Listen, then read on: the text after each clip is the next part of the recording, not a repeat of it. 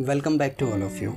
Today हम बात कर रहे हैं एक पोएम इफ के बारे में and which is our chapter number 9। ये पोएम पिछली शताब्दी के पोएम्स में से एक बहुत ही पॉपुलर पोएम है।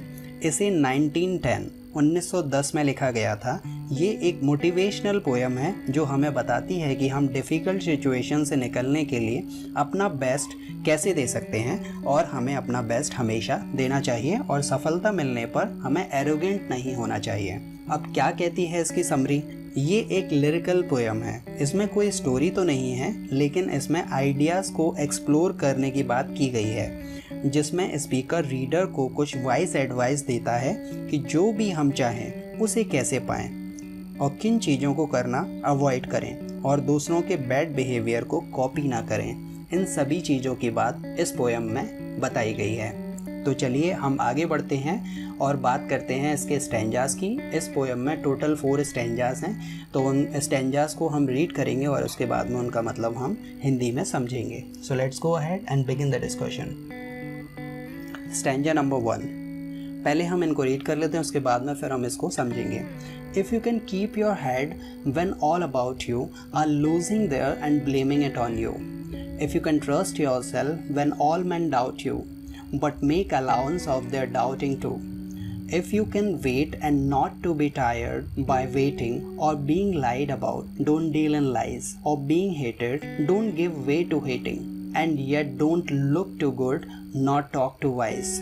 इस स्टैंजा में किपलिंग कहते हैं कि जब लोग तुम्हारे साथ बुरा बर्ताव करें तब भी कॉन्फिडेंट एंड स्ट्रांग रहो, खुद पर भरोसा करो, चाहे लोग करें या ना करें, हमेशा शांत रहो, झूठ मत बोलो, चाहे लोग तुम्हारे बारे में झूठ बोलें, लोगों से नफरत मत करो, चाहे तुम खुद से नफरत करते हो तो भी तुम्हें दूसरों से नफरत नहीं करनी चाहिए, बड़ी बड़ी बातें मत करो, ये हमेशा परफेक्ट बनने की कोशिश मत करो, अपनी ताकत का दिखावा करने की चालाकी मत करो, ना तो हमें ज़रूरत से ज़्यादा अच्छा दिखना चाहिए और ना ही अपने से ज़्यादा चतुराई का प्रदर्शन करना चाहिए।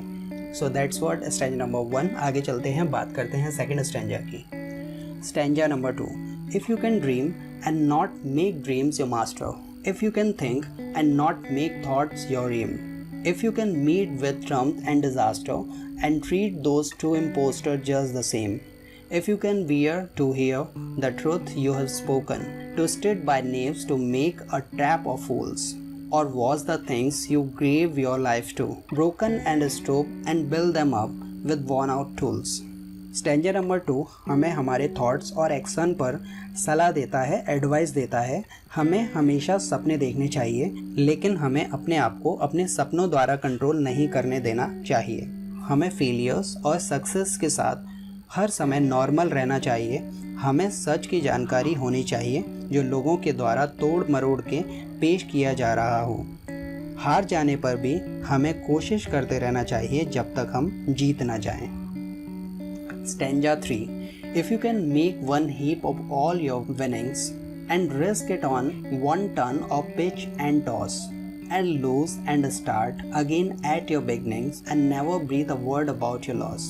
If you can force your heart and nerve ends new to serve your turn long after they are gone, and so hold on when there is nothing in you except the will which says to them hold on. अपना बचाव करने की तरकीब सोचो और कभी हिम्मत ना हारो। किपलिंग सक्सेस और फेलियर्स के मीनिंग को एक्सप्लेन करते हुए कहते हैं कि जो भी हमने कमाया है अगर वो सब चला भी जाए तो भी अपने आप पर इतना भरोसा होना चाहिए कि वो सब हम वापस पा सकें, और अपने नुकसान के लिए कभी भी किसी को दोषी नहीं ठहराना चाहिए। हमें जहाँ तक हो सके अपने इमोशंस को और विल पावर को स्ट्रॉन्ग रखना चाहिए। Stanza 4, if you can talk with crowds and keep your virtue or walk with kings nor lose the common touch, if neither foes or loving friends can hurt you, if all men count with you but none too much, if you can fill the unforgiving minutes with 60-second worth of distance run, yours is the earth and everything is that is in it, and which is more you'll be a man my son. Stanza 4 महानता को पाने के बारे में है। महान बनकर भी हमें विनम्र रहना चाहिए। किपलिंग कहते हैं जब हम लोगों से बात कर रहे हों तो हमें अच्छे से पेश आना चाहिए। सफलता पाने के बाद भी अपने और दूसरे लोगों से संपर्क में रहना चाहिए। हमें ऐसा बनना चाहिए कि लोग हमें पसंद करें और झगड़ों से दूर रहें। अगर हम अपने थोड़े से समय को अपने बड़े सपने पूरे करने में लगा देते हैं तो ये दुनिया हमारी है और हम बड़े हो जाएंगे। तो ये था रुडयार्ड किपलिंग की पोएम इफ से उसके 4 स्टैंजास का explanation. So thank you very much for attending this session. I'll be catching you later. Till then, goodbye to all of you. See you.